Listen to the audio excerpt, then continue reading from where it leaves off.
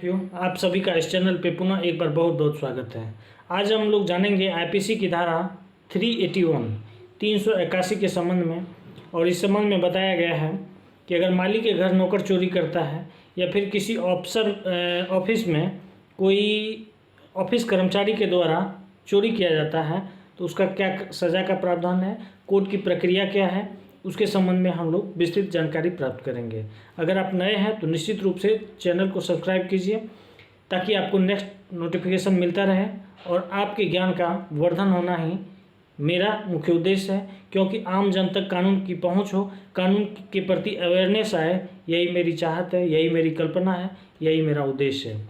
तो दोस्तों, आप जानते हैं चोरी करना गलत है और हमारे भारतीय संविधान में भी चोरी के लिए जो है दंड का प्रावधान किया गया है।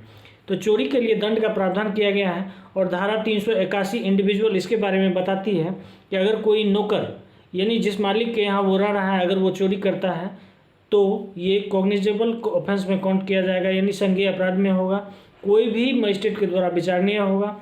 इसी तरह अगर किसी ऑफिस में किसी लिपिक या फिर किसी कर्मचारी के द्वारा चोरी किया जाता है तो वो भी संज्ञेय अपराध की श्रेणी में रखते हुए उसको जो है कॉग्निजेबल ऑफेंस यानी किसी भी मजिस्ट्रेट के द्वारा विचारणीय होगा।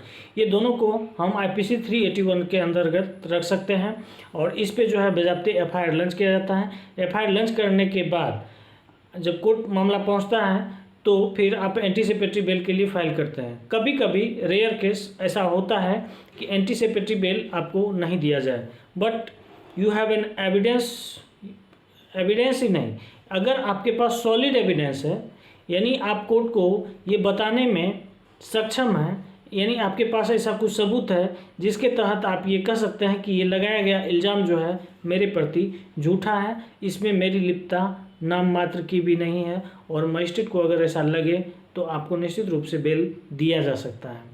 जबकि अगर ये नॉन बेलेबल में काउंट किया जाएगा फिर क्या होगा, एफआईआर जैसे लिखा गया तो उसके बाद क्या होगी, चार्जशीट जमा होगी।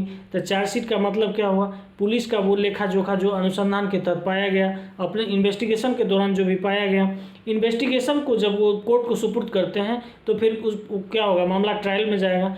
ट्रायल में अगर आप अगर किसी न किसी रूप से ये प्रूव करने में असफल हुए कि आप निर्दोष हैं तो आपको 7 साल तक की सज़ा यानी 7 साल तक बढ़ाई जा सकती है, प्लस जुर्माना या फिर दोनों से दंडित किया जा सकता है। ये कॉग्निजेबल ऑफेंस है, ये एक संज्ञेय अपराध है और ये किसी भी मजिस्ट्रेट के द्वारा विचारणीय है। आशा है एक छोटी सी क्लिप से आपको इस बात की सॉलिड और सही जानकारी मिल गई होगी। फिर मिलते हैं नेक्स्ट टॉपिक पे। धन्यवाद, बाय।